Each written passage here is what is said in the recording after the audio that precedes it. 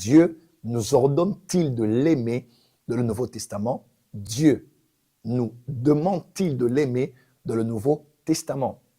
La question est posée de deux manières et nous allons répondre d'une seule manière et la réponse sera tout simplement par la voie des saintes Écritures ou que dis-je, de la parole de Dieu ou de la lecture de la Bible. Alors, je vous propose déjà notre texte principal, le verset principal qui a été utilisé, que j'ai utilisé déjà pendant que j'enseignais, mais aussi qu'ont utilisé la plupart des personnes qui ont posé la question de savoir, prophète Joël Francis Tatou, mais dans le Nouveau Testament, la Bible déclare, tu aimeras le Seigneur ton Dieu. Alors, pourquoi vous dites que Dieu, dans le Nouveau Testament, Dieu n'a pas dit qu'on puisse l'aimer comme cela a été dit. Alors, on va lire la parole de Dieu et on va lire le texte dans le contexte pour ne pas en faire un prétexte. Je répète, puisque quand on lit un texte hors de son contexte, on peut en faire un prétexte. Alors, on va rester dans le texte et regarder un peu le contexte dans lequel Jésus avait dit ces paroles. On va lire ensemble Matthieu chapitre 22, versets 34 à 40. Matthieu 22, 34 à 40. Je vais lire avec vous la parole du Seigneur sur votre écran, à droite certainement. Il est écrit, « Les pharisiens, ayant appris qu'il avait réduit au silence les Sadducéens, se rassemblèrent et l'un d'eux, rappelez-vous, docteur de la loi, lui fit cette question. » Vous voyez le contexte? Les pharisiens apprennent, Jésus faisait des débats, il a vaincu en plein débat les Sadducéens et les pharisiens maintenant, à leur tour, sont venus pour eux débattre là où les Sadducéens ont été vaincus par le Seigneur. Et un docteur de la loi lui fit cette question. Donc, un docteur de la loi pose la question à Jésus concernant la loi. Pour l'éprouver, verset 36, « Maître, quel est le plus grand commandement de la loi ?» Regardez avec moi. Quel est le plus grand commandement de la loi? Jésus lui répondit, « Tu aimeras le Seigneur ton Dieu de tout ton cœur, de toute ton âme, de toute ta pensée. » C'est le premier et le plus grand commandement. Et voici le second qui lui est semblable. Tu aimeras ton prochain comme toi-même. Verset 40. De ces deux commandements dépendent toute la loi et les prophètes. De ces deux commandements dépendent toute la loi et les prophètes. Voyez-vous, c'est clair comme l'eau de roche. Jésus parle aux Sadducéens.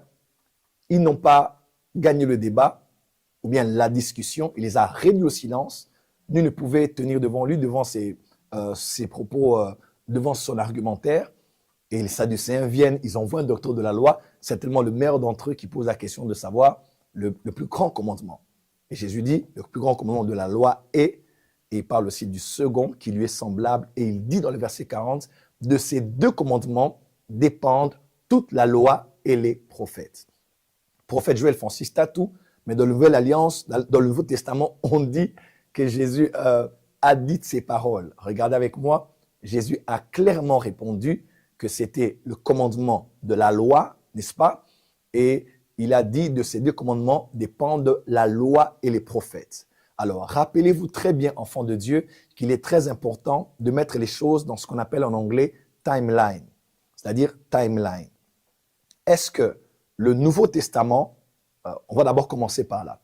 Est-ce que Jésus-Christ est né dans la Nouvelle Alliance ou Jésus est né dans l'Ancienne Alliance? Très important. Vous allez lire avec moi Galates 4, verset 4. La Bible est claire. Lorsque les temps furent venus, Dieu a envoyé son Fils qui est né sous la loi. En d'autres termes, Jésus n'est pas né dans la Nouvelle Alliance. Jésus est né dans l'Ancienne Alliance. Jésus est né sous la loi. Amen, amen. Quand Jésus est né sous la loi, il exerce son ministère durant la période de la loi. Et il est très important de notifier cela quand on étudie la personne et l'œuvre de Jésus-Christ sur la terre. Et sous la loi, il exerçait son ministère. Il avait déjà, la grâce était venue, mais sous la loi. Et tout ce qui se passait était encore de la dispensation de la loi. Alors, la dispensation de la loi a commencé où? Ou ce qu'on appelle l'ancienne alliance. Vous allez juste noter cela avec moi. Je mets pas cela sur l'écran. Je veux juste que vous puissiez noter avec moi. Je vous donne un verset tout simplement là. La Bible dit dans Vous allez lire avec moi dans Hébreux, chapitre 8, verset 9. Vous allez écrire avec moi Hébreux 8, verset 9. Je ne suis pas encore à la dispensation. Hébreux 8, verset 9, il est écrit « Non comme l'alliance que je traitais avec leur père le jour où je les ai saisis par la main pour les faire sortir du pays d'Égypte. » Donc, on parle ici de l'ancienne alliance, l'alliance que Dieu avait fait avec Israël lorsqu'il les a fait sortir du pays d'Égypte. En d'autres termes, l'ancienne alliance commence vraiment quand ils sont sortis de l'Égypte. Ça a été officialisé sur le mont du Sinaï, là où Dieu a fait le don de la loi à la Tsavouot, à la fête de la Pentecôte des Juifs. C'est là vraiment où l'ancienne alliance a été inaugurée par le don de la loi et les plusieurs autres centaines de lois qui étaient données à part le décalogue. La nouvelle alliance a été inaugurée quand? Il est certes vrai que Jésus, lors de la Sainte Seine, il parlait avec eux, il a pris le vin, il a dit « Ceci est le sang, ceci est mon sang, le sang de la nouvelle alliance. » Il a aussi rompu le pain et il leur a donné. Voyez-vous, Jésus déjà était en train d'ouvrir, de planter le décor sur ce qui allait se passer, mais il n'était pas encore mort. Parce que dans Hébreu, on explique clairement ceci. Dans Hébreu, il est écrit, Hébreu 9, verset 16, « Car là où il y a un testament, il est nécessaire que la mort du testateur soit constatée. » En d'autres termes, Jésus-Christ n'était pas encore mort, donc nous n'étions pas encore à la nouvelle alliance. C'est quand Jésus est mort à la croix, qu'il est même beaucoup plus ressuscité, qu'on a commencé à s'approcher de ce qu'on appelle la nouvelle alliance. Parce qu'il faut que le testateur soit mort pour que le testament entre en vigueur. Ne vous perdez pas, écoutez-moi très bien. En d'autres termes, l'ancienne alliance, normalement, c'est depuis leur sortie de l'Égypte, inaugurée vraiment au mont Sinaï, tous les évangiles se passent exactement encore sous la loi. Ils n'étaient pas encore sous la grâce, n'est-ce pas? Et c'est quand Jésus est mort, c'est par la mort de Jésus que la nouvelle alliance entre en vigueur. Et je crois qu'officiellement, cela s'est passé lors de la naissance de l'Église dans Actes chapitre 2. Quand l'Église est née, c'est le début de la dispensation qu'on appelle la dispensation de la grâce, qu'on appelle aussi la dispensation de l'Église, qu'on appelle aussi la dispensation de l'Esprit. Alors, le Nouveau Testament, normalement, la Nouvelle Alliance, normalement, devrait commencer dans Actes des Apôtres jusqu'à la fin. Les 4 évangiles sont l'histoire du vécu de notre Seigneur Jésus-Christ, bien qu'à la fin, on parle de sa mort, n'est-ce pas? Et tout ce qui vient avant, c'est ce qu'on appelle l'Ancienne Alliance, ou qu'on appelle aussi les Écritures dans la Bible, ou qu'on appelle aussi la loi et les prophètes. Amen, amen. Et les 5 premiers livres de la Bible, on appelle le Décalogue, ou bien on appelle cela la Torah, ou bien les 5 livres de Moïse. Voilà. Donc, normalement, Jésus est né sous la loi, Galates 4, verset 4. C'est à sa mort, le testataire est mort, le testament entre en vigueur, la nouvelle alliance qu'il avait préfigurée quand il était avec eux en donnant le vin, en donnant son corps lors de la Sainte Seine. Donc, Jésus est né sous la loi. Est-ce que quelqu'un est avec moi?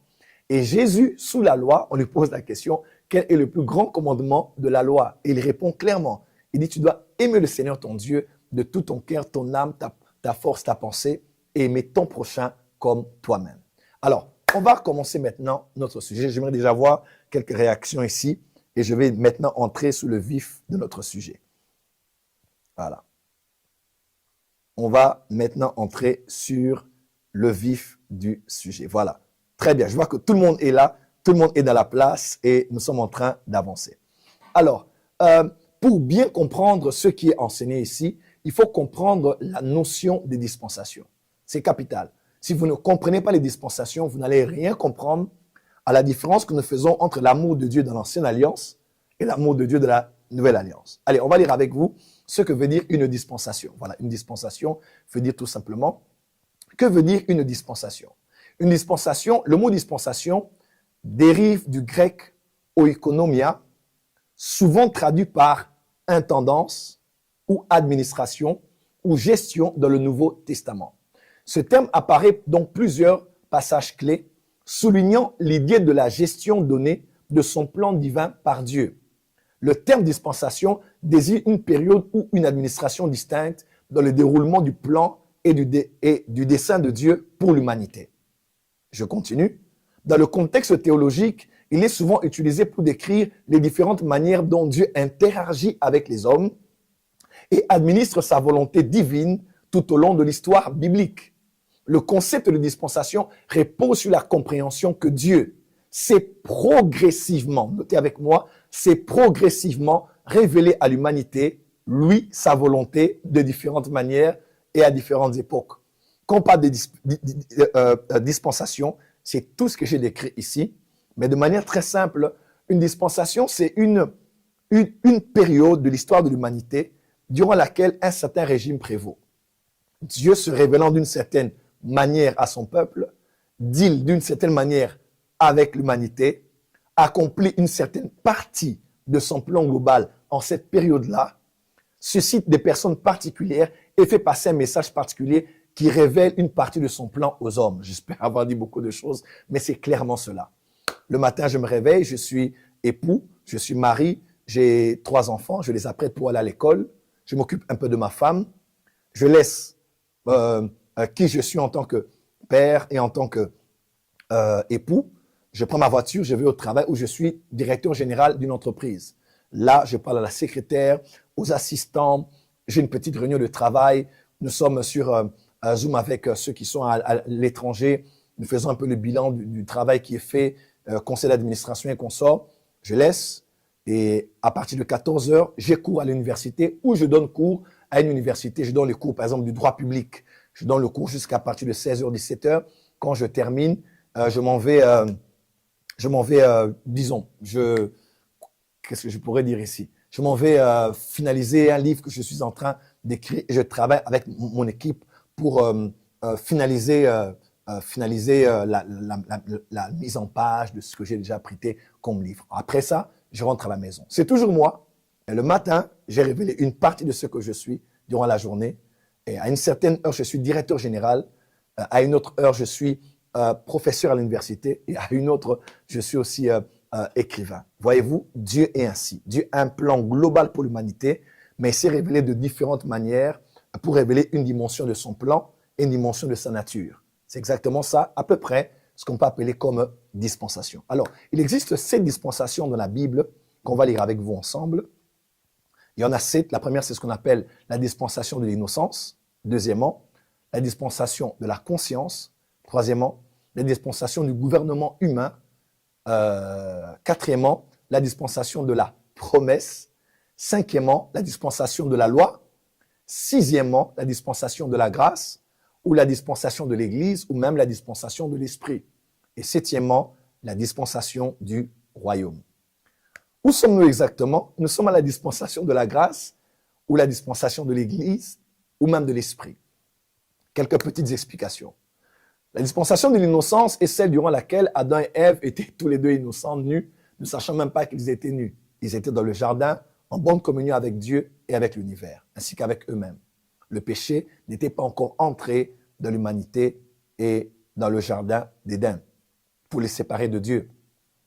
Lorsque l'homme a mangé du fruit défendu, Genèse chapitre 3, l'homme pêche et là commence la dispensation de la conscience.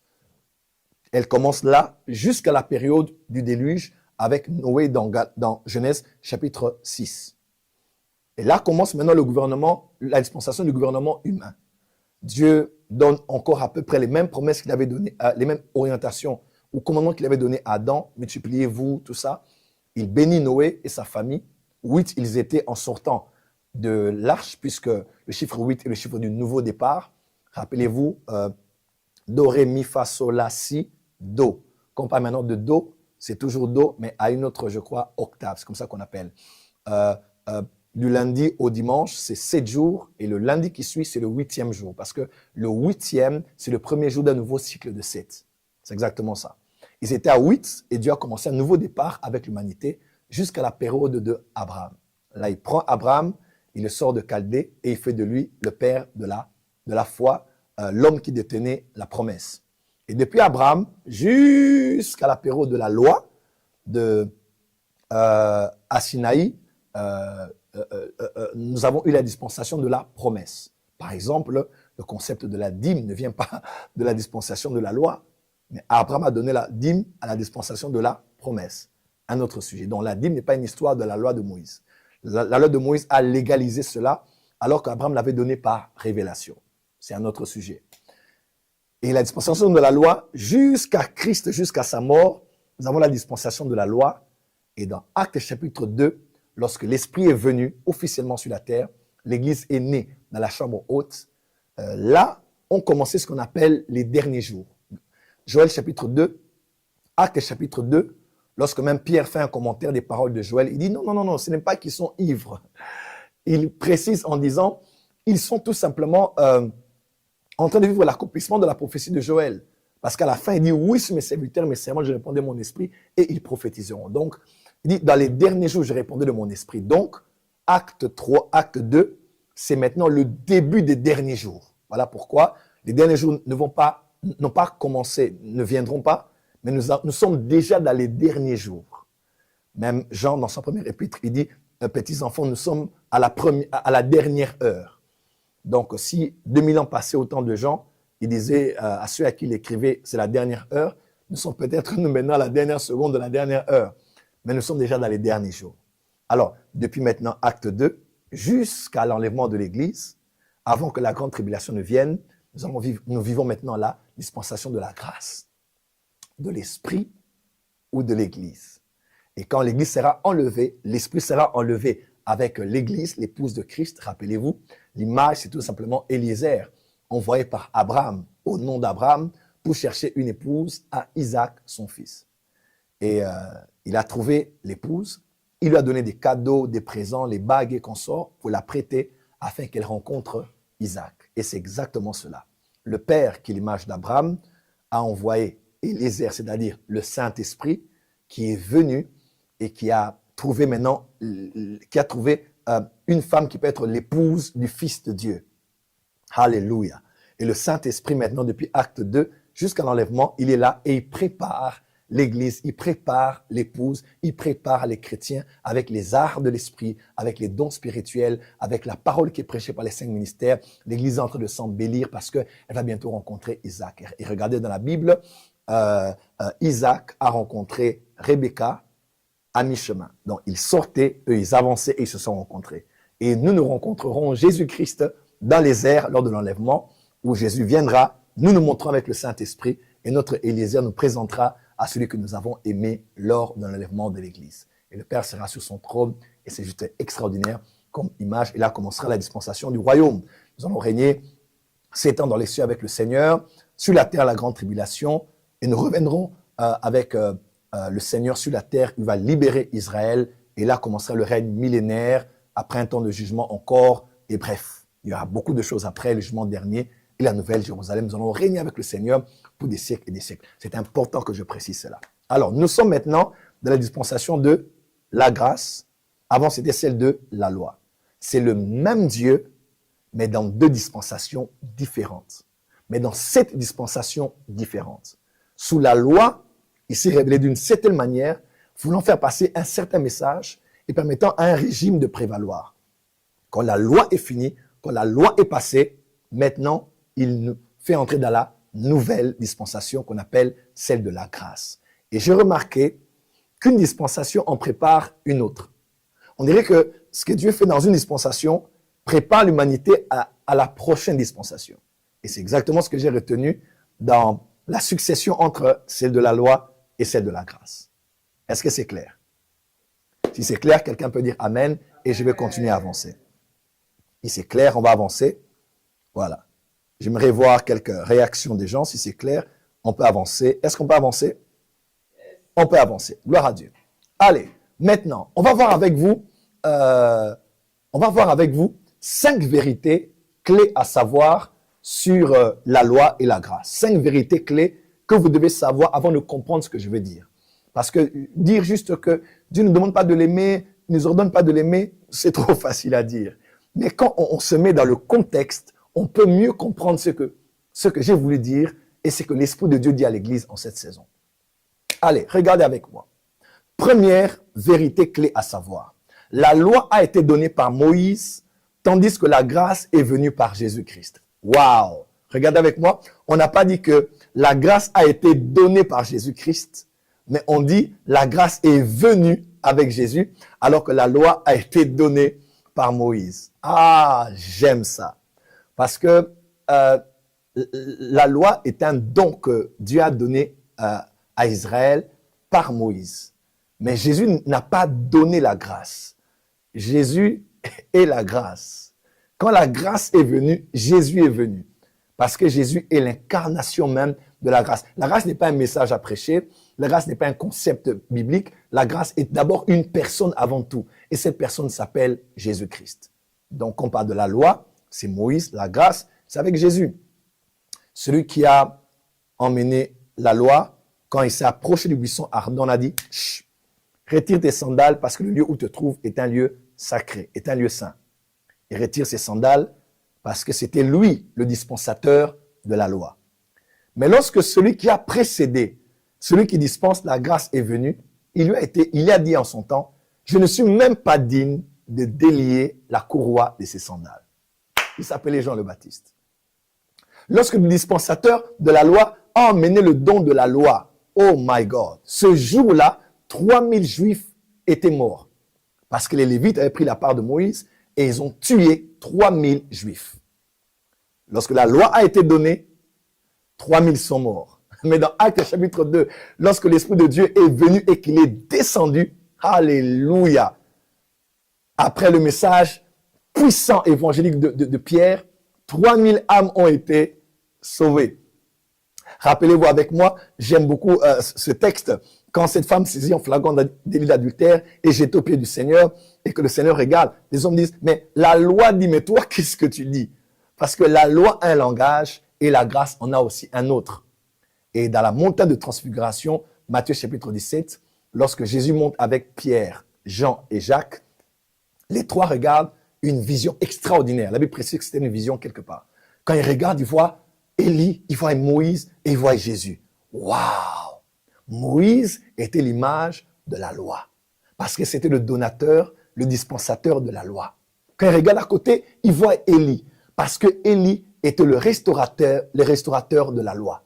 C'est quand Élie est venu qu'on a restauré l'alliance, on a restauré l'alliance des pères, on a restauré l'autel. L'un avait établi la loi, l'autre avait restauré la loi, et ces deux étaient à côté du Seigneur et ils parlaient concernant sa mort et sa résurrection. Celui qui avait la loi était là, celui qui a restauré la loi était là, et celui qui était la grâce était au milieu. Et ce que j'aime, alors que Pierre et les autres les regardaient à trois, il était temps que les deux disparaissent. Pourquoi? Parce que nous ne sommes plus sous la loi, nous ne sommes plus sous la restauration de la loi, mais nous sommes maintenant sous la grâce. Et le Père a dit, celui-ci est mon fils bien-aimé, écoutez-le. Ne les écoutez pas, écoutez-le. Il est temps de ne plus écouter la loi. Il est plus de ne plus écouter les prédications de la loi, les prédicateurs qui restaurent la loi dans l'église. Il est temps d'écouter celui qui est au milieu, parce que c'est lui dont Jean parle en disant, il était plein de grâce et de vérité.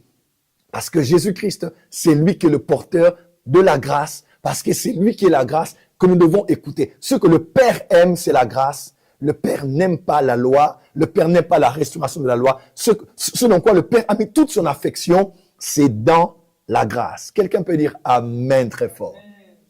Et il est temps de comprendre que la loi est venue par Moïse, mais la grâce est venue par Jésus. Voilà pourquoi Moïse n'a pas pu entrer dans la terre promise. Pourquoi? Parce que Moïse a donné la loi. Ce n'est pas avec la loi qu'on a droit à la félicité céleste. Mais c'est quand Yeshua, Josué est venu, c'est Josué qui a pris le peuple, qui a quitté la loi pour les faire entrer maintenant dans la terre promise. Je crois que la loi est limitée quelque part, mais c'est Yeshua, Josué, c'est comme Jésus dans l'Ancienne Alliance, Yeshua, même aux origines hébraïques, c'est lui qui nous fait entrer dans la félicité éternelle. Est-ce que quelqu'un est d'accord avec moi? Est-ce que c'est clair pour quelqu'un ici? Donc, nous parlons ici de la dispensation de la loi et de la dispensation de la grâce. Très important. On peut avancer. Deuxième clé.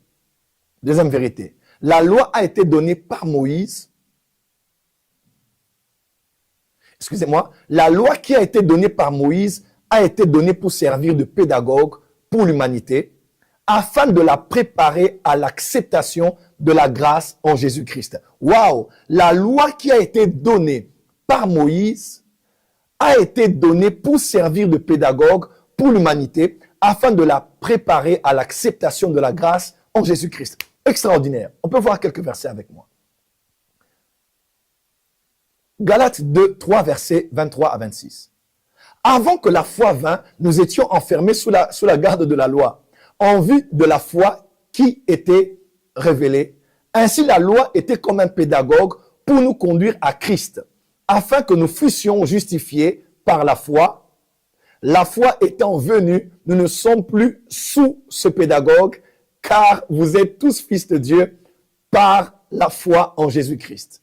Écoutez-moi, la loi était un pédagogue qui devait nous emmener à Christ. Quand on dit pédagogue, on dit aussi instructeur. Dans les temps anciens, chez les Grecs, dans les grandes familles, un fils qui était destiné à des grandes choses, quand il était enfant, il était un népios. Quand il est fils, il devient un ouios. Vous allez lire ça dans Galates chapitre 4. Et on prenait un pédagogue, un instructeur, pour le préparer et le former jusqu'à ce qu'il atteigne la maturité. L'humanité n'était pas encore prête pour la grâce. L'humanité devait être sous la loi.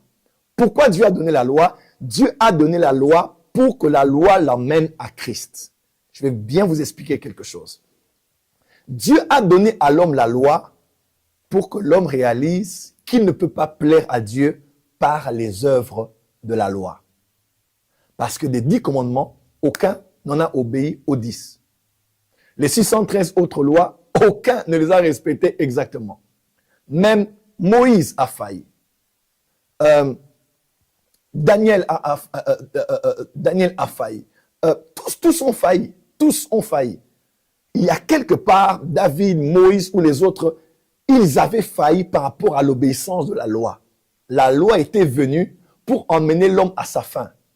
La loi était venue pour emmener l'homme à réaliser que je ne peux pas plaire à Dieu, être juste devant Dieu, être agréable devant Dieu, être accepté par Dieu parce que je fais de bonnes choses.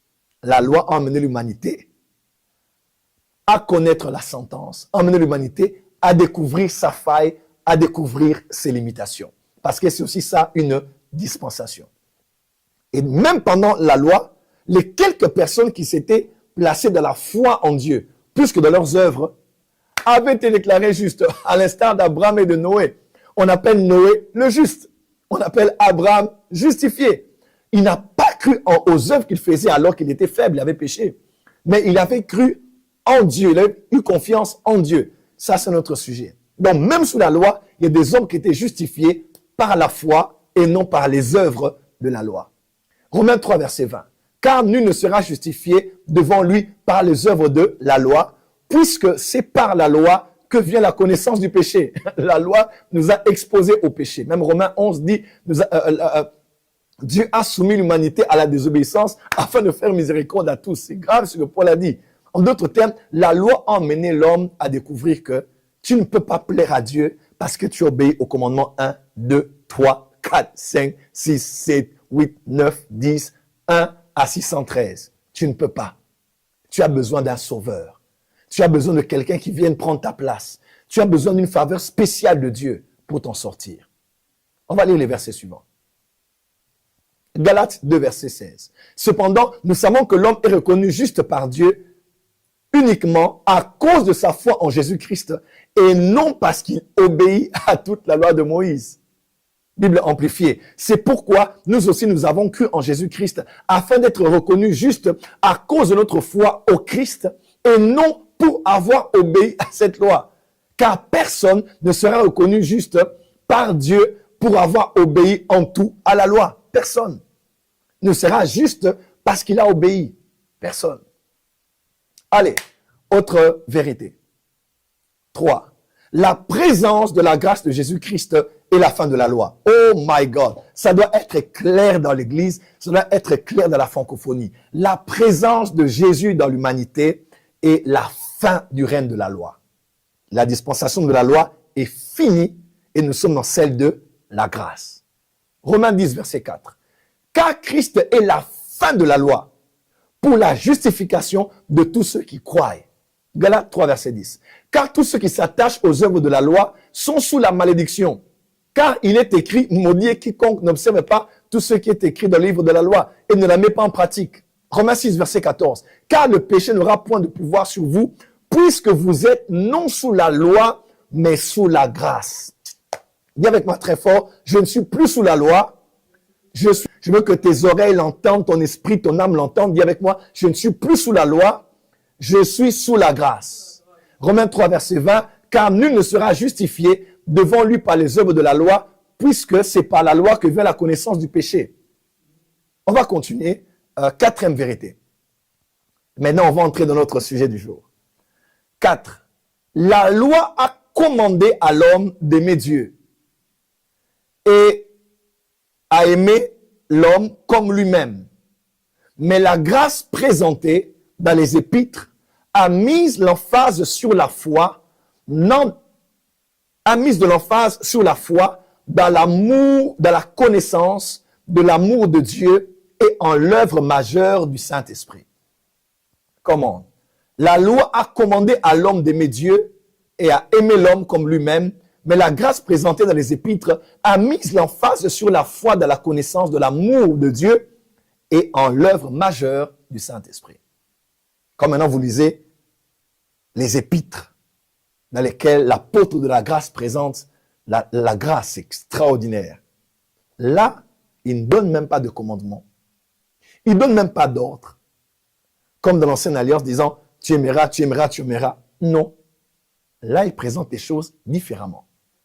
Écoutez ce que dit la Bible. Je vous présente maintenant les versets où on parle de l'amour. Quelques versets clés, on parle de l'amour dans ce cadre de la grâce. 1 Jean 4, verset 8. Celui qui n'aime pas n'a pas connu Dieu, car Dieu est amour. Donc, Jean, le prophète et l'apôtre, il dit dans son premier épître, Dieu est amour. Dans le chapitre 1, il dit Dieu est lumière.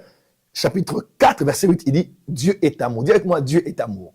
Dieu n'a pas l'amour, Dieu est l'amour. Son amour n'est pas quantitatif, son amour ne baisse pas, n'augmente pas. Dieu t'aime tel que tu es. La Bible déclare que lorsque nous étions encore pécheurs, Christ est mort pour nous. Voyez-vous, Dieu ne t'aime pas plus parce que tu fais plus. Dieu ne t'aime pas moins parce que tu fais moins. Parce qu'avant que tu fasses, même tu le connaisses, tu étais encore pécheur, il t'avait aimé. Il est écrit, Dieu a tant aimé le monde, pas l'Église, pas les chrétiens. Il a tant aimé le monde qu'il a donné son Fils. Donc, Jésus, l'expression de l'amour de Dieu pour toi, est né, a été donné à la croix avant même que tu ne sois chrétien, avant même que tu ne naisses. Il était déjà mort à la croix comme victime expiatoire pour les péchés de tous les humains sur la terre, ceux qui étaient de son époque et ceux qui viendraient plus tard. Est-ce que quelqu'un est avec moi? Est-ce que quelqu'un est avec moi? Et même pour tous ceux qui étaient morts avant, ça c'est biblique. Parce qu'il est allé sous la terre pour cela. Pour ceux qui étaient morts avant, ceux qui étaient morts pendant qu'il était là, et ceux qui mouraient après. Ça c'est extraordinaire. Donc Dieu est amour. Gardez bien cela. Dieu est amour. 1 Jean 3, verset 1. Voyez quel amour le Père nous a témoigné pour que nous soyons appelés enfants de Dieu. Nous sommes enfants de Dieu parce que c'est le témoignage de l'amour de Dieu pour nous. Version anglaise contemporaine. Pensez à l'amour que le Père nous porte. Frère, tu as beaucoup pensé à combien ton ex t'a abandonné. Tu as pensé à combien on t'a critiqué à l'église. Tu as pensé combien on ne t'aime pas beaucoup ou tu n'aimes pas ta tête, ton nez, vous êtes une femme, votre corps ou autre. Mais pensez à l'amour que le Père a pour vous. Autre verset, s'il vous plaît. On va aller 1 Jean 4, verset 10. Et cet amour consiste non pas en ce que nous avons aimé Dieu. Oh my God. Voilà. Vous voyez la francophonie? Tout le monde était là. Non, Dieu nous demande de l'aimer, de l'aimer, de l'aimer. Calmez-vous. Jean dit, cet amour consiste non pas en ce que nous avons aimé Dieu, mais en ce que lui, il nous a aimés et a envoyé son Fils comme victime expiatoire pour nos péchés. En matière d'amour, c'est pas une question de mon amour pour Dieu. Ça, c'était l'ancienne alliance. Ça, c'était sous la loi. Mais dans la grâce, l'emphase, quand on dit emphase, ça veut dire que on doit être tous ici, mais l'emphase est mise sur mon visage et non sur mes jambes. Vous voyez un peu? Donc, quand on dit emphase, ça veut dire d'autres choses sont là, mais on concentre l'énergie, on concentre la lumière sur une vérité. Dans la nouvelle alliance, Prophète Joël, tu veux dire qu'on ne doit pas aimer Dieu? Mais bien sûr que non, Dieu veut qu'on l'aime. Dieu le veut. Est-ce que Dieu ne voudrait pas qu'on l'aime? Qui est amour et aime et n'aime pas être aimé? Dieu veut qu'on l'aime, bien sûr. On doit dire aux gens d'aimer Dieu. Bien sûr qu'on doit le dire. Mais le problème, c'est quoi? Dans la nouvelle alliance, dans la grâce, l'emphase n'est pas mise sur nous qui aimons. Mais l'amour, là, ça consiste pas en moi j'aime. Mais ça consiste au fait que c'est lui qui nous a aimés. Comment? Version amplifiée dit ceci. Nous avons connu par observation et expérience personnelle et nous avons cru d'une foi profonde et constante à l'amour que Dieu a pour nous. Dieu est amour. Et celui qui demeure dans l'amour demeure en Dieu et Dieu demeure en lui continuellement en lui. Frères et sœurs, on dit, nous avons cru. Nous avons une foi profonde et constante. Le problème, tu me places ta foi sur ton amour pour Dieu. C'est ça le problème. Et ça, c'est le problème de la loi. Ça, c'est le problème de la loi où l'homme pose d'abord l'agrément qu'il a de Dieu par l'amour qu'il montre à Dieu. Dans la nouvelle alliance, ce n'est pas cela. Dans la nouvelle alliance, nous croyons, nous plaçons notre foi, notre confiance en l'amour que Dieu a pour nous. Alléluia. N'est-ce pas extraordinaire comme verset? Vous pourrez même le lire à la maison en continuant. On va lire la suite. Ce verset déjà dit tout. Sans que je n'explique beaucoup de choses, ce verset vous dit tout. Vous devez croire en cet amour. Avoir la connaissance et croire de manière personnelle et profonde en cet amour. Bible amplifiée. Nous avons connu par l'observation, l'expérience personnelle. Bon, on va continuer. Éphésiens 2, verset 4. Mais Dieu, qui est riche en miséricorde à cause du grand amour dont il nous a aimés. Waouh! Maintenant, aux Éphésiens, il dit Dieu qui est riche en miséricorde à cause du grand amour dont il nous a aimés. Voilà la conscience. Paul l'écrit à ses enfants d'Éphèse et dit le grand amour dont Dieu nous a aimés. Allez-y au verset maintenant 17 du même épître. En sorte que Christ habite dans vos cœurs par la foi, afin qu'étant enracinés et fondés dans l'amour, vous puissiez comprendre avec tous les saints quelle est la largeur, la longueur, la profondeur et la hauteur, et connaître, c'est le verbe ginosko, oh my God, que vous puissiez ginosko, l'amour de Christ qui surpasse toute connaissance, en sorte que vous soyez remplis jusqu'à la plénitude de Dieu. Waouh! L'apôtre Paul ne parle pas ici du fait que vous les Éphésiens, aimez Dieu, aimez Dieu, aimez Dieu, aimez Dieu, aimez Dieu, aimez Dieu, aimez Dieu. Non, non, non, non. Il dit non, c'est bon, restez sur votre amour. Ça, c'est la loi. Ça, c'est le curseur sera sur vous. Le crédit va vous revenir. La crédibilité sera, le pasteur là, il aime Dieu. La retraite des amoureux de Dieu. Le concert gospel des amoureux de Dieu. Vous voyez? Est-ce mauvais? Non. Mais la nouvelle alliance ne met pas l'emphase sur notre amour pour Dieu. Parce que même les amoureux de Dieu, là, il y a beaucoup de choses dans nos chorales. Hein? Il y a beaucoup de choses dans nos concerts gospel. On dit on va mourir dans la présence de Dieu. On va aimer le Saint-Esprit. Si on regarde nos vies en profondeur, nous branchons de plusieurs manières. Nous sommes pasteurs de plusieurs manières. Donc des fois, nous devenons des religieux. Parce qu'on veut sur les réseaux sociaux montrer aux gens combien on aime Dieu, combien on est passionné de Dieu. On poste les photos qu'il faut, on fait une tête comme ça, on verse des larmes et on ne met que la photo où on pleure. On le met pour Dieu, on le met pour que les gens sachent qu'on a pleuré dans la présence de Dieu. Il y a beaucoup de questions à se poser à ce sujet. Je ne suis pas contre ça, je viens en paix. Mais dans la nouvelle alliance, l'accent n'est pas mis sur cet adorateur-là. Il est une nouvelle génération, il aime Dieu. Ou ce pasteur-là de la francophonie, il aime beaucoup Dieu. C'est vrai que notre amour pour Dieu doit inspirer les autres. Mais le but, ce n'est pas nous. Le but, c'est de réaliser combien lui, il nous aime. Ne soyez pas enracinés sur l'amour que votre pasteur a vis-à-vis de Dieu. Le jour où il va tomber, vous allez abandonner la foi. Ne soyez pas enracinés sur l'amour que votre membre de l'église a en Dieu. De peur que le jour où elle insulte son mari devant vous, vous puissiez perdre la foi. Ne soyez pas enracinés dans l'amour que moi j'ai pour Dieu. Oh, le prophète Joël Francis, malgré les épreuves qu'il a connues, malgré qu'on l'a insulté, on l'a lapidé dans la francophonie, mais il aime toujours Dieu. Son amour pour Dieu m'inspire, c'est vrai, mais le jour où je vais pécher, tu vas être emporté. Ne soyez pas enracinés dans l'amour que David a pour Dieu, même s'il est le bien-aimé de Dieu, parce que le jour où il va coucher avec Bathsheba, et il va tuer Uri, Vous allez vous dire, même un homme comme ça qui a l'onction sur lui, qui dit aimer Dieu, qui compose des cantiques, comment peut-il faillir? Nous sommes tous faillibles. Et Jacques dit, nous branchons tous de plusieurs manières. La nouvelle alliance rend humble. La grâce rend humble. C'est la loi qui laisse l'homme frapper la poitrine. Mais la grâce rend humble. Je ne suis pas enraciné sur mon amour que j'ai pour Dieu. Parce que moi, Joël Francis, je suis faillible. Mais je me suis enraciné sur l'amour. Waouh! Paul dit, Éphésiens 3, verset 17. Il dit, afin qu'étant enraciné et fondé dans l'amour, vous puissiez comprendre avec tous les saints de la francophonie, taguez vos amis, taguez tous les saints, que vous puissiez comprendre tous les saints, quelle est la largeur, la longueur, la profondeur de l'autre. Son amour est si haut que nul ne peut comment on dit, gravir une montagne, c'est ça? Comment on dit? Nul ne peut l'escalader. Son amour est si profond que nul ne peut le sonder. Son amour est si large que nul ne peut le contourner. Oh, cet amour. Il dit, et connaître l'amour du Christ qui surpasse. Est-ce que nous cherchons à connaître l'amour du Christ? Non, on cherche à connaître comment aimer Christ. On cherche à connaître 7 principes pour aimer Christ. 12 principes pour aimer plus Christ. Non. Soyez enracinés et connaissez l'amour que Christ a envers vous. En sorte qui surpasse toute connaissance. Frère, il y a la connaissance de la spiritualité, la connaissance des ancêtres, la connaissance des divinités, la connaissance de la gnose pour les gnostiques, la connaissance des doctrines bibliques, théologiques. Frère, mais il n'y a rien qui surpasse la connaissance de l'amour de Dieu. Rien.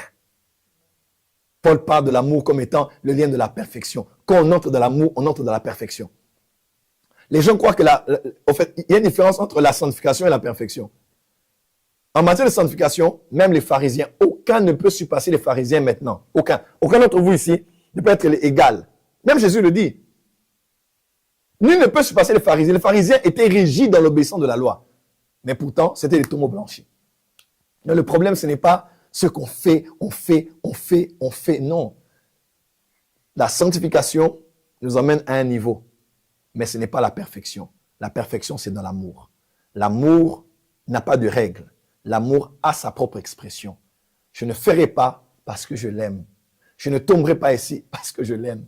Je ne volerai pas parce que je l'aime. Mon mobile n'est pas la crainte du jugement. C'est pour ça que même dans Jean, on dit que l'amour parfait bannit la crainte. Vous voyez un peu? Donc, quand j'ai peur du jugement, j'ai peur de ceci, vous êtes encore sous la loi. Mais vous ne le savez pas, vous êtes en pleine église de la francophonie, mais vous faites les choses par rapport à, j'ai peur quand un prophète montre ça en public.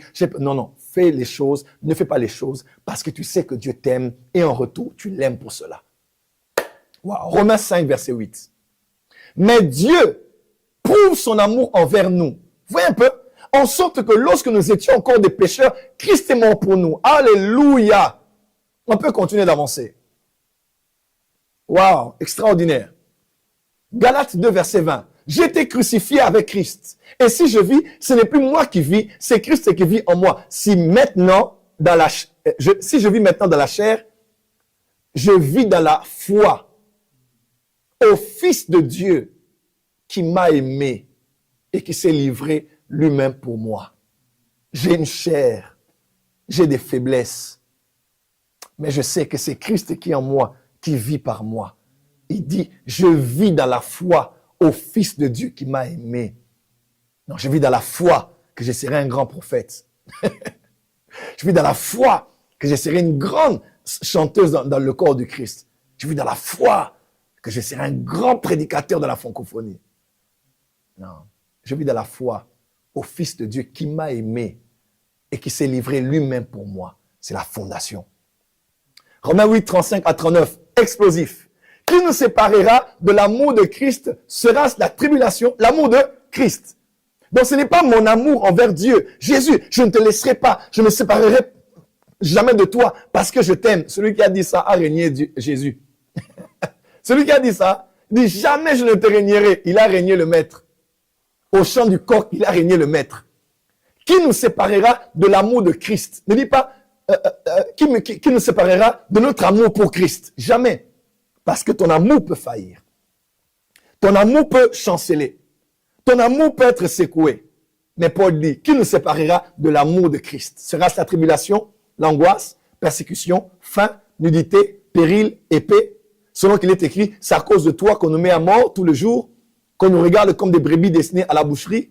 Mais dans toutes ces choses, nous sommes plus que vainqueurs par celui qui nous a aimés. La victoire qu'on a même sur le monde, sur Satan, c'est parce que un nous a aimés. Ah, la victoire dans le combat spirituel n'est pas en fonction des bombes que tu lances, des feux que tu lances, des hôtels que tu bâtis. Je connais plusieurs ont bâti des hôtels et sont morts.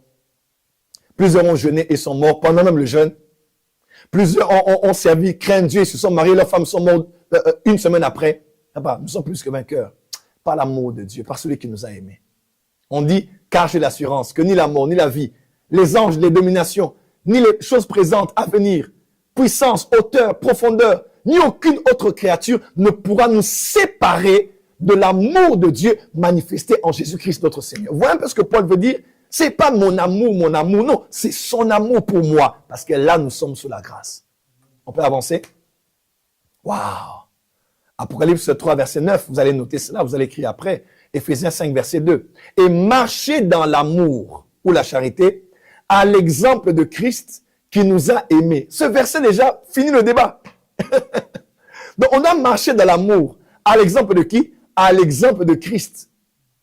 Est-ce que c'est, on nous dit pas, est-ce que le prophète Joël dit qu'on n'a pas aimé Dieu, on n'a pas aimé le prochain? Mais bien sûr que non. On doit aimer Dieu, aimer notre prochain. Mais à l'exemple de qui? Vous voyez un peu? L'exemple, le baromètre sous la grâce, c'est pas un genre de type d'amour que l'on crée, papa. Comment on crée l'amour? On crée le chocolat chaud, tu mets du lait, du chocolat, tu fais du chocolat chaud. Tu crées l'amour comment? Aimer Dieu! On aime Dieu comment? Quelqu'un dira, c'est en gardant ses commandements. Tu sais pas que l'église d'Éphèse aussi garder les commandements?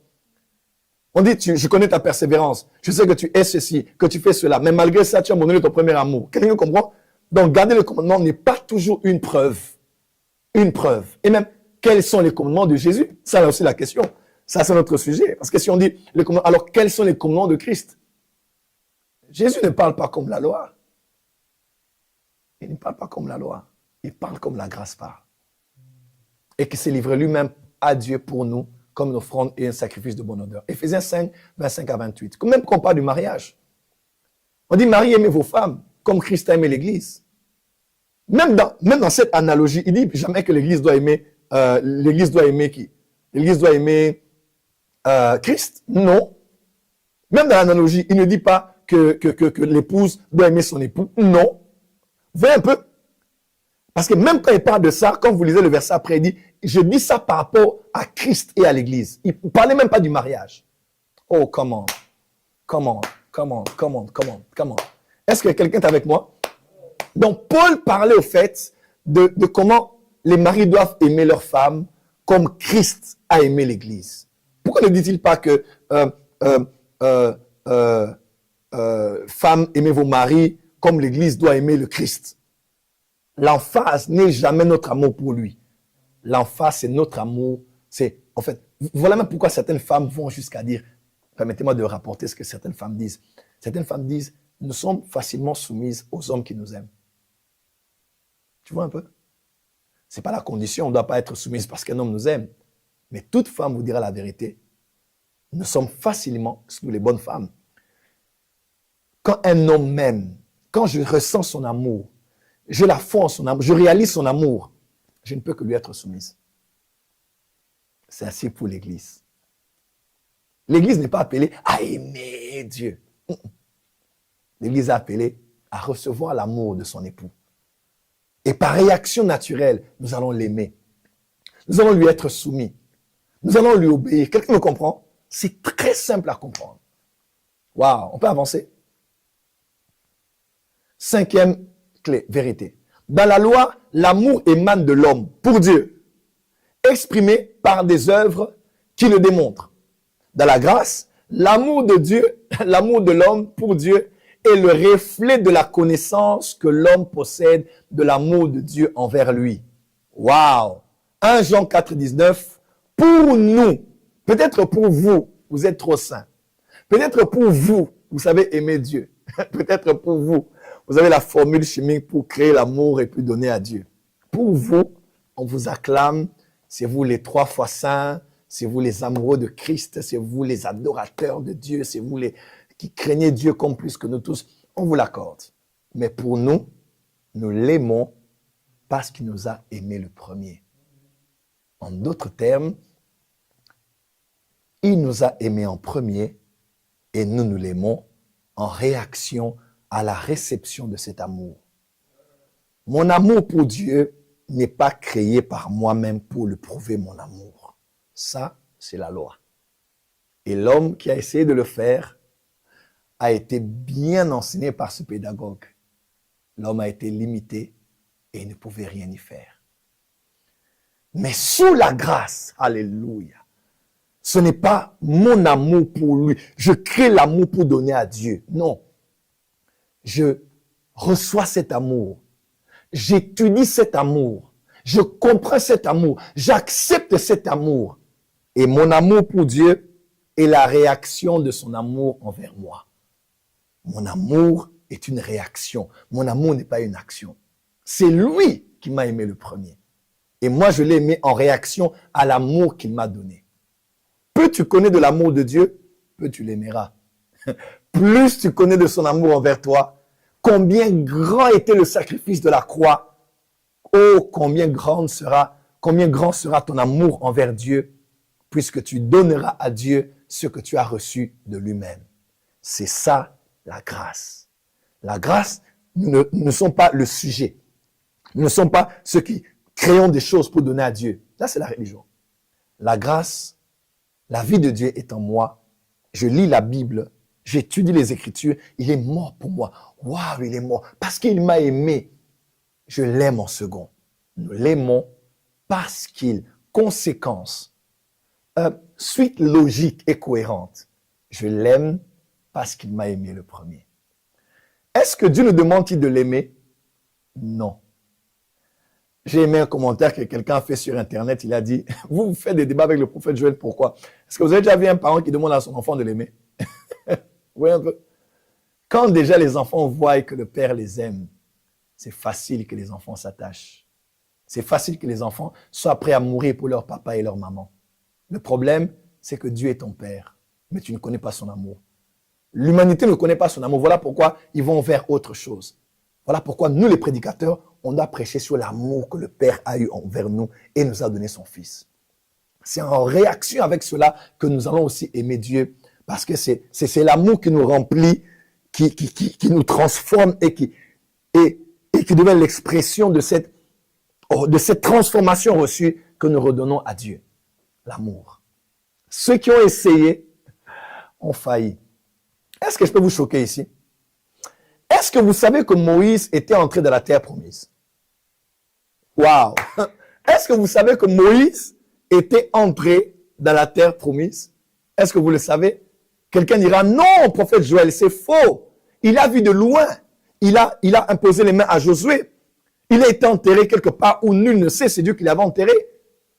Avant ou je ne sais pas quand exactement, dans le timeline, Lucifer et Michael se sont précipités son corps. Non, prophète Joël, il n'était pas entré. Il est mort à la veille de l'entrée à la terre promise. Mais je te pose la question. Quand la grâce est venue, alléluia, sur la montagne de la transfiguration, Moïse était où? Moïse était dans la terre de la promesse avec Jésus.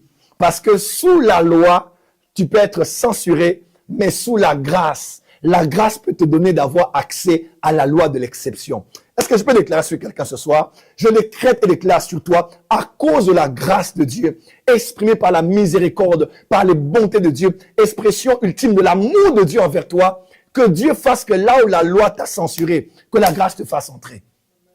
Là où à cause de tes péchés, tu étais interdit d'accès, que l'amour de Dieu, alléluia, que la grâce de Jésus te donne accès à la terre dans laquelle la loi t'avait interdit d'entrer. Reçois cela là où tu es, dans le nom puissant de Jésus-Christ. Acclame d'abord très fort là où tu es. Très fort là où tu es. Très fort là où tu es. Alléluia. Est-ce que quelqu'un peut acclamer très fort là où il est? Alléluia. Dis avec moi, Dieu m'aime, Dieu m'aime, Dieu m'aime. Alléluia. Dieu, il m'aime, Dieu, il m'aime, Dieu, il m'aime. Alors, dans la nouvelle alliance, c'est pour ça que vous allez voir, il n'y a aucun verset où on dit aimez Dieu, aimez Dieu, aimez Dieu, aimez Dieu. Il n'y en a pas. En tout cas, il n'y en a pas. Quelques-uns ont dit, non mais Jésus a dit que si vous m'aimez, gardez mes commandements. Vous lisez le français ou bien vous lisez une autre langue. Est-ce que ça veut dire que Jésus dit que vous aimez-moi? Non. Jésus parle d'une des expressions de l'amour que nous lui donnons. C'est juste ça. Est-ce que le prophète interdit qu'on aime Dieu? Bien sûr que non. Le prophète a dit qu'on ne doit pas aimer Dieu? Bien sûr que non. Le prophète a dit qu'on ne doit pas prêcher d'aimer Dieu. Je n'ai jamais dit ça. On doit dire aux gens d'aimer Dieu. On doit parler de l'amour de Dieu. Même moi-même, je parle de l'amour de Dieu. Je dois aimer Dieu. Mais je ne dois pas prêcher ça comme sous la loi. Je dois prêcher ça comme sous la grâce, mettant l'emphase sur la connaissance de l'amour que lui il a envers nous, que nous lui rendons. Period, comme on dit en anglais. Allez, continuons avec ça. Maintenant, autre point. Sous la loi, l'homme aime son prochain comme lui-même, selon les commandements de Dieu, mais sous la grâce, l'homme reçoit un commandement nouveau de Jésus-Christ. Waouh! Deux commandements. Aimer Dieu comme de tout ton cœur, toute ton âme. On a dit que c'est la loi. Ça ne nous concerne pas. Est-ce que ce verset n'est pas utilisable? On peut l'utiliser, bien sûr. Je dois donner à Dieu mon âme, mon corps, mon esprit, toutes mes pensées. C'est normal, c'est utilisable. Mais ce n'est pas réalisable. Quelqu'un me comprend? C'est utilisable. Je dois me battre pour que mes pensées aiment Dieu, mon corps aime. Mais ce n'est pas réalisable parce que c'est la loi. Mais la grâce a un autre langage. Je dois connaître son amour, recevoir son amour, avoir foi, être enraciné en cet amour-là. C'est cet amour qui fera que je l'aime en second parce que lui, il m'a aimé en premier. Alors, sous la loi, l'homme aime son prochain comme lui-même. Deuxième partie du commandement, Matthieu chapitre 22. Mais dans la nouvelle alliance, regardez ce que Jésus dit. C'est choquant ici. Jean 13, versets 34 et 35. Je vous donne un nouveau commandement. S'il y a un nouveau, c'est qu'il y avait un ancien. Alléluia. Aimez-vous les uns les autres. Oh, l'ancien disait, aime ton prochain comme toi-même. Mais le nouveau dit, aimez-vous les uns les autres, comme je vous ai aimé, vous aussi aimez-vous les uns les autres. À ceci, tous connaîtront que vous êtes mes disciples si vous avez de l'amour les uns pour les autres. Jean 15, versets 12 et 13. Ceci est mon commandement. Aimez-vous les uns les autres comme je vous ai aimé. Il n'y a pas de plus grand commandement de grand amour que de donner sa vie pour ses amis. Waouh! Waouh! Parenthèse, j'aimerais vous titiller un peu. Est-ce que vous savez que dans le Nouveau Testament, on ne nous enseigne pas à prêcher aux païens de donner leur vie à Jésus? Parenthèse, et je vais vite la refermer. Avancez, donnez votre vie à Jésus. Je comprends ce que ça veut dire. Mais doctrinalement parlant, Éphésiens chapitre 2, verset 1, un païen est mort dans ses offenses. Il n'a pas la vie. Et c'est quelle vie qu'il va donner à Jésus? Dans la nouvelle naissance, on ne donne pas sa vie à Jésus. On reçoit la sienne. Parce que c'est celui qui a le Fils qui a la vie. Celui qui n'a pas le Fils n'a pas la vie. Aucun païen ne peut venir donner sa vie à Jésus. Je comprends le langage, c'est normal. I surrender all, je donne tout Seigneur, je donne tout Seigneur. Tu vas donner quoi à Dieu? Qu'est-ce que tu vas donner à Dieu là? Oh Seigneur, je te donne tout. Qu'est-ce que tu as? Tu vas donner quoi à Dieu? Au contraire, c'est lui qui a tout donné dans la personne de son Fils. Et c'est à toi d'ouvrir ton cœur et de recevoir la vie que lui, il a donnée. Parce que tu n'as aucune vie à lui accorder. Quelqu'un me comprend? Je ferme la parenthèse. C'est un sujet de réflexion. Pensez-y. Et Jésus dit, mon commandement c'est quoi? Aimez-vous les uns les autres comme je vous ai aimé. Parce que la loi disait, aime ton prochain comme toi-même. Prophète Joël, est-ce que ce verset est mauvais? Non, bien sûr que non. Ce verset montre que tu dois d'abord aussi, c'est applicable, n'est-ce pas, non? Parce que je me dis, je dois aussi m'aimer moi aussi et puis aimer les autres. C'est bien, c'est logique. Mais c'est la loi. Jésus a un nouveau commandement. Parce que sous la loi, j'aime mon prochain comme moi-même. Mais sous la grâce, le commandement de Jésus, j'aime mon prochain comme Jésus nous a aimés. Oh, waouh! Deux différents commandements. La loi, Jésus répondait, il dit, aime ton prochain comme toi-même. dans la mesure de l'amour que tu as pour toi, aime ton prochain. Et si un homme ne s'aime pas? Et si un homme ne s'est jamais senti aimé? Il n'a jamais même eu de l'amour, de la considération, de l'estime pour lui-même. Il va donner l'amour comment? Ouais, la loi a été compliquée. Parce que celui qui naît, on ne donne que ce qu'on a. Si quelqu'un n'a même pas de l'amour qu'il a reçu de ses parents, de ses frères et sœurs, il ne s'aime pas lui-même. Regardez aujourd'hui, les gens se tatouent, mettent des piercings partout, qui se changent. Aujourd'hui, en Europe, c'est grave. Il y a des hommes qui se prennent pour des tabourets, pour des chiens, pour des animaux, pour des arbres, pour le vent. C'est la folie ce qui se passe en Occident. Quelqu'un qui ne s'aime pas déjà, il va t'aimer comment? Irréalisable. Jésus dit, tu dois aimer ton prochain, non pas à la mesure du standard que tu as pour toi, mais à la mesure du standard de l'amour que Dieu a pour vous. Alors, comment Dieu nous a aimés? Quand je réalise comment Dieu m'a aimé, c'est dans cet amour, c'est par rapport à cet amour-là que je dois me tailler, me fixer pour aimer mon prochain. Si mon prochain s'appelle Franck et que je m'appelle Francis, je ne dois pas aimer Franck comme je m'aime moi. Parce que plus d'une fois, je me suis fait du mal. Si je me fais du mal, je lui ferai du mal. Mais Jésus ne nous a jamais fait du mal, ni à lui, ni à moi. Je dois aimer Franck comme Dieu l'aime. Comment Dieu aime Franck? Dieu supporte Franck tous les jours. Dieu pardonne Franck tous les matins. N'est-ce pas peut-être ce que Jésus voulait dire en disant, vous ne pardonnerez pas 7 fois, mais 70 fois 7 fois? Peut-être que est-ce que ce n'est pas le cas? Parce qu'en temps normal, je ne veux pas pardonner autant. Parce qu'il y a un seul qui le fait, c'est Dieu. Et si je dois aimer comme Dieu, je dois pardonner aussi comme lui. Voyez-vous, sous la loi, c'est toi. Le curseur est sur l'homme. Toi aimes Dieu. Toi aimes ton prochain comme toi-même. C'est toujours toi. C'est toujours l'homme. Voilà pourquoi l'homme arrive à sa fin. La loi l'a coincé. Il a dit, hey, j'ai besoin d'un sauveur. Et Jésus lui-même nous a montré l'amour de Dieu. Aujourd'hui, le modèle de l'amour ou le pardon n'est pas l'amour que j'ai pour, que j'ai pour moi, que je conçois, que je donne à Dieu, ou bien que j'ai envers moi-même, que je donne à mon prochain. Non. Aujourd'hui, je vais aimer comme Jésus. Je ne vais pas aimer comme moi-même. Aujourd'hui, les hommes ont une mauvaise conception de l'amour. Je connais un frère précisément avec qui je parlais, Daddy, je suis amoureux de 5 femmes. J'ai dit, amoureux de 5 femmes, j'aime telle, j'aime telle, j'aime telle, j'aime telle. Même le concept de l'amour est biaisé. Mais le véritable amour, c'est Dieu, car Dieu est amour. Quelqu'un est avec moi? Il y a donc un ancien commandement, la loi, et la loi est finie. On a lu les versets. Nous ne sommes plus sous la loi. Si tu veux retourner sous la loi, tu seras sous la sentence. Nous sommes sous la grâce. Alors, prophète Joël Francis Tatou, je vais commencer à chuter, dans 10 minutes, j'ai fini.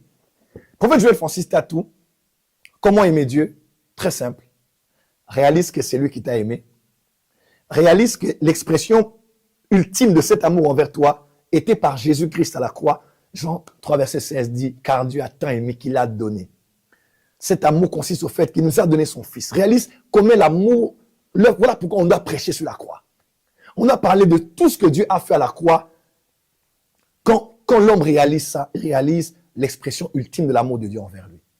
Tu dois recevoir cet amour. Il y a des gens qui ne croient pas que Dieu les aime. Quand Dieu veut les tendre la main, ils sont inconsolables. Ils ne veulent même pas recevoir l'amour de Dieu. Tu dois offrir ton cœur, recevoir cet amour. Tu dois croire, tu dois être fondé, être enraciné dans cet amour. Et crois-moi, c'est en recevant cet amour que cet amour te transformera. Et cet amour fera en sorte que tu aimes Dieu en second. Parce que nous l'aimons, car il nous a aimés en premier. Deuxième manière, ou deuxième méthode divine dans la dispensation de la grâce par laquelle on peut aimer Dieu. Et c'est là que je veux clôturer. On y va. L'énoncé, juste avant le verset. Il n'y a pas autre chose? Ok, pas grave. On y va. Ézéchiel. Ézéchiel 36, versets 25 à 28. Lisez bien ce verset, c'est l'ancienne alliance, mais le prophète Ézéchiel prophétisait déjà sur l'arrivée de la nouvelle alliance. Et ça, c'est extraordinaire. Dieu dit, je répandrai sur vous une eau pure et vous serez purifiés. Je vous purifierai de toutes vos souillures et de toutes vos idoles. Je vous donnerai un cœur nouveau et je mettrai en vous un esprit nouveau. J'ôterai de votre corps le cœur de pierre et je vous donnerai un cœur de chair. Je mettrai mon esprit en vous. Alléluia.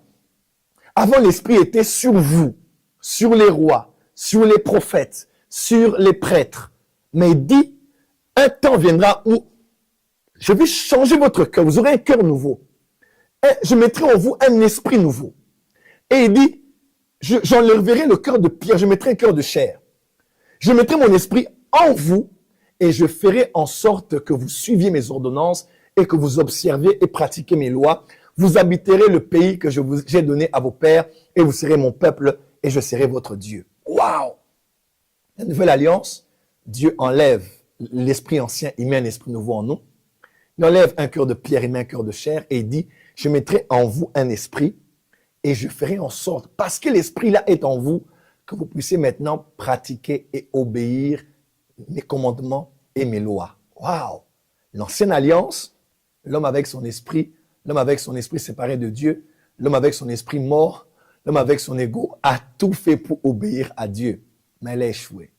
Maintenant Dieu dit, vous n'allez plus m'obéir par vous-même, mais je mettrai en vous un esprit, mon esprit, qui lui en vous vous aidera à faire ce que j'attends de vous en obéissant à mes commandements. Texte suivant. Parole de vie, verset 27. Je mettrai en vous mon esprit, ainsi je vous rendrai capable d'obéir. Waouh! Nous n'avons pas été capables d'obéir à Dieu. Maintenant Dieu dit, quand mon esprit va venir en vous, vous allez respecter et faire ce que je vous ai commandé. Français courant dit, je mettrai en vous mon esprit, je vous rendrai ainsi capable d'obéir à mes lois. Seigneur dit, je mettrai en vous mon esprit et je ferai de vous des gens qui vivent selon mes lois.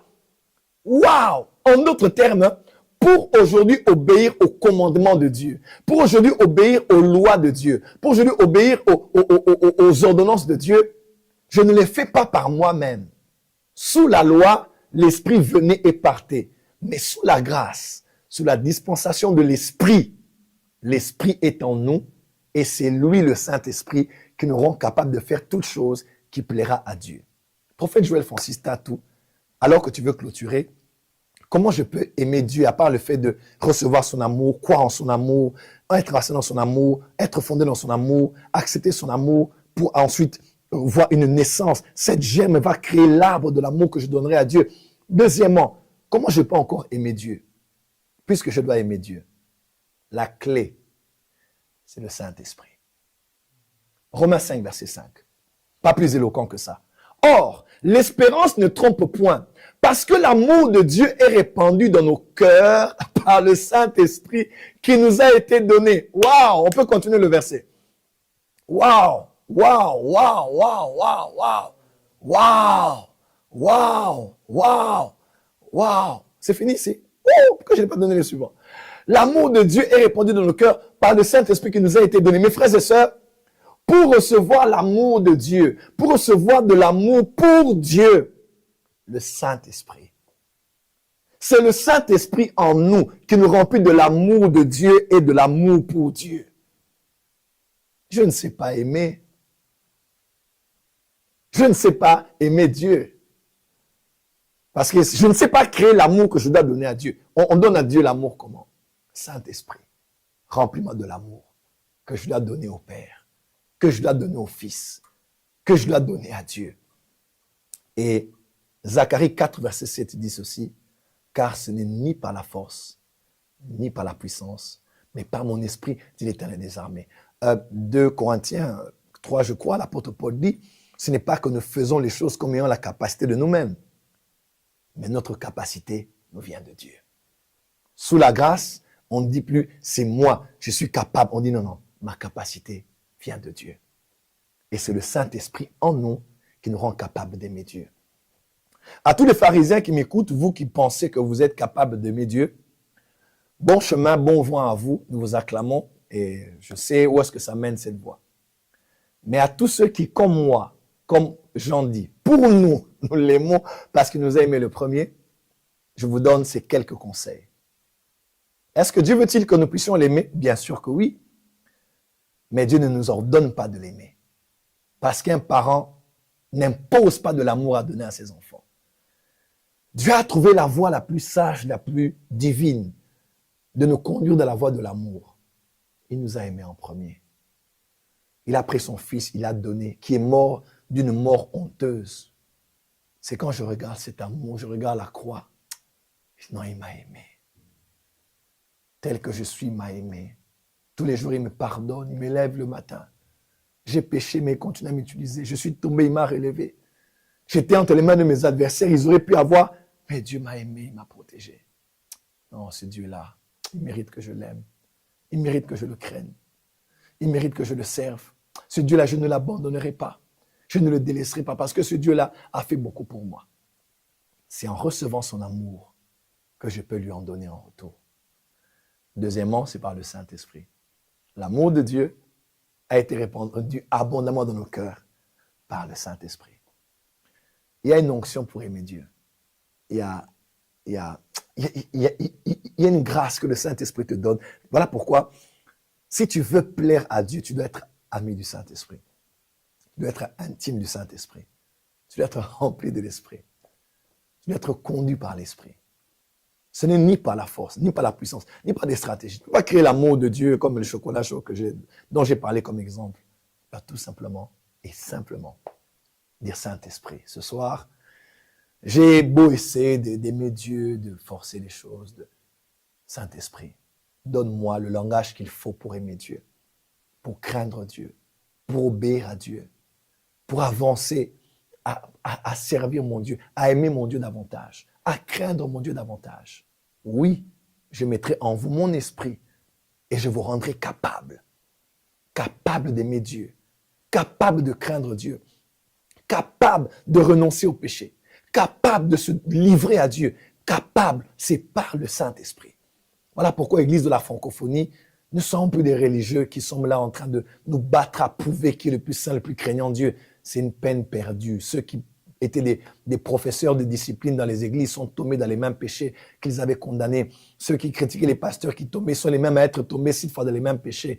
Il n'est pas question de juger les autres, il est question de dire à Dieu, Jésus a tout fait. Il n'y a pas une œuvre plus parfaite, plus meilleure, excusez-moi, que celle que Jésus a fait à la croix, parce que nos œuvres sont comme un vêtement souillé. Sous la loi, on faisait les efforts.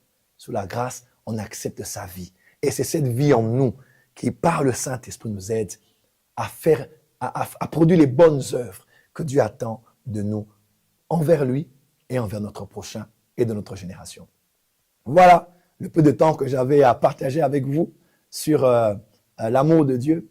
Mon but n'était pas de faire un droit de réponse, nullement. Je cherchais juste une occasion d'attirer votre attention et de vous parler de l'amour de Dieu manifesté en Jésus-Christ. En quoi consiste l'amour? En ce qu'il nous a aimés, qu'il a donné son Fils. Voilà pourquoi il faut qu'on prêche l'Évangile, il faut qu'on prêche la bonne nouvelle. On a trop prêché aux gens des lois, des principes, des préceptes, et tout ça, c'est juste pour gonfler l'orgueil de l'homme. Et l'homme marche comme ça, le pasteur le plus saint de la francophonie, parce qu'il parle de la sainteté. Écoutez-moi, ces choses-là, l'Église aînée savait 2000 ans, nous connaissons comment ça se termine, nous connaissons la vie des gens secrètement, comment ils vivent. Le but, c'est Jésus. Le but, c'est Jésus. C'est Jésus lui-même. Donc, revenons au christocentrisme de l'Église. Et quand tu connais l'amour de Dieu, que tu vas même mieux l'adorer. Je dis, vous ne connaissez pas ce que vous adorez. Nous connaissons ce que nous adorons. Parce que le salut vient des Juifs. C'est notre théologie qui définit notre doxologie. C'est notre connaissance de Dieu qui définit notre manière de l'adorer. Aujourd'hui, tu peux être un meilleur adorateur que tout ce que tu as été toutes ces années, si tu peux l'adorer en esprit et en vérité. Connaître Dieu, c'est la base de tout.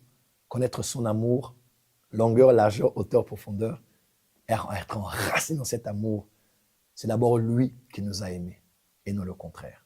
Voilà le peu que j'avais à vous dire. J'espère que vous avez été bénis, autant que ceux qui ont coupé, partagé pour des questionnements ou peut-être pour la persécution. Vous aussi, coupez, partagez. Taguez-moi sur Instagram, taguez-moi sur TikTok, partagez partout. Parce que la plus grande tragédie aujourd'hui, ce n'est pas l'arrogance des méchants, mais des fois, c'est le silence des justes. Et ça, c'est la plus grande tragédie de notre âge. Quand les méchants parlent et critiquent, on les laisse parler et on commence à partager ce qu'eux disent. En disant, n'aurait-il pas raison? Voyez-vous, vous me connaissez, ça fait plus de 20 ans. On ne peut pas douter de quelqu'un qui en a cru plus de 20 ans parce que quelqu'un qu'on ne connaît à peine, que ça fait quelques secondes sur TikTok, a dit des choses contraires. Même s'il a raison, il est très sage de pouvoir écouter le contexte et croire aux personnes que Dieu vous a données dans la francophonie. Sans prétention, nous avons un message à vous donner de la part de Dieu, la bonne nouvelle de Jésus-Christ. Ne vous laissez pas distraire par des discours de bas étage. Nous n'avons pas besoin de ça maintenant. Soyons focalisés sur Jésus-Christ. Voilà ce que j'avais à vous dire. L'arrogance des méchants s'est manifestée. Il ne faut pas que les justes soient silencieux. Coupez, partagez et dites au monde que Dieu les aime. Et point de besoin aujourd'hui, comme sous la loi, de dire aux gens de faire des efforts. Il y a des œuvres à faire, oui, mais les œuvres ne sont que l'expression naturelle de ce que nous avons reçu d'abord de la part de Dieu. Je termine en disant ceci. Je parlais avec un pasteur, un des fils d'un de mes amis de la francophonie. Il me disait, mais Dad, ce que tu as dit, c'est quand même fort, hein? J'ai dit, écoute-moi, même la sanctification a été mal prêchée. Est-ce que ça peut être le deuxième live? Yes. La sanctification a été mal prêchée. Très mal prêchée. La sanctification aujourd'hui, c'est la loi. Ne te masturbe pas, ne pêche pas, ne fais pas, ne faites pas, ne faites pas. Et les gens font toujours. Pourquoi? Parce que l'interdit crée le désir. C'est quand on l'a dit, ne mangez pas, qu'ils sont allés manger. C'est quand on dit, n'entre pas dans cette porte. C'est quand tu es peut-être assis, je te dis, ne regarde pas sous la chaise parce qu'il y a un chewing-gum. Que facilement ton attention est là et que pour regarder. Parce qu'elle interdit que le désir. Ne doit-on pas interdire aux gens? Oui. Oui, bien sûr que oui. Parce que l'homme a tendance à croire que c'est la loi qui crée de l'ordre. Oui et non. Oui et non. Parce que la loi nous a prouvé longuement que malgré la multitude de lois, l'homme finit toujours par les transgresser. La grâce est venue parce que la grâce a sa propre loi. La grâce ne nous enseigne pas de pécher. On ne pêche pas pour que la grâce surabonde. La loi, selon que Tite a dit, vient pour nous enseigner à vivre d'une manière qui craint Dieu, qui obéit à Dieu. Comment vit-on dans la sanctification? Je termine avec ce petit scoop que je vous donne. La sanctification dans la vie chrétienne aujourd'hui, c'est pas un point, quelque part, un objectif où chacun est en train de se battre pour courir vers la sanctification. C'est comme si toi tu es pécheur et tous les jours toi le flux du sang de Jésus, le sang de Jésus, pardon Seigneur, je dois obéir, j'obéis. Et puis pour arriver un jour à devenir saint. Non. 1 Corinthiens 1 dit, Jésus s'est fait sanctification pour nous. Vous voyez, sous la loi, Jésus est notre sanctification. La sanctification, c'est une personne qu'on reçoit et une vie qu'on exprime. Je ne cours pas pour atteindre la sanctification. Non. La sanctification n'est pas un but à atteindre, mais une expression naturelle de la nouvelle nature de celui que je suis en Christ et de la vie de Jésus en moi comme sanctification qui a été faite pour nous. Mais quand on va au contraire de faites, on va retomber sous la loi. Allez, j'en ai assez dit pour aujourd'hui. Merci à tous ceux qui ont suivi. Si cela vous tient à cœur de faire une offrande, utilisez le code QR qui est sur l'écran maintenant, ou même le lien YouTube, le lien PayPal épinglé sur YouTube maintenant, et faites une offrande, pourquoi pas, pour semer dans la parole que vous avez entendue. Allez, j'ai hâte de vous voir à la prochaine. J'espère que vous avez été bénis.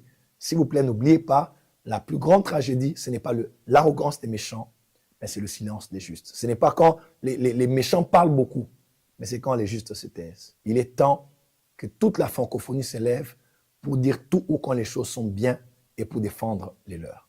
Nous ne sommes plus aux anciennes époques où n'importe qui venait parler. On doit faire front commun pour garder les nôtres et garder Jésus en avant de toutes choses. Allez, soyez bénis. Bonne soirée à vous tous.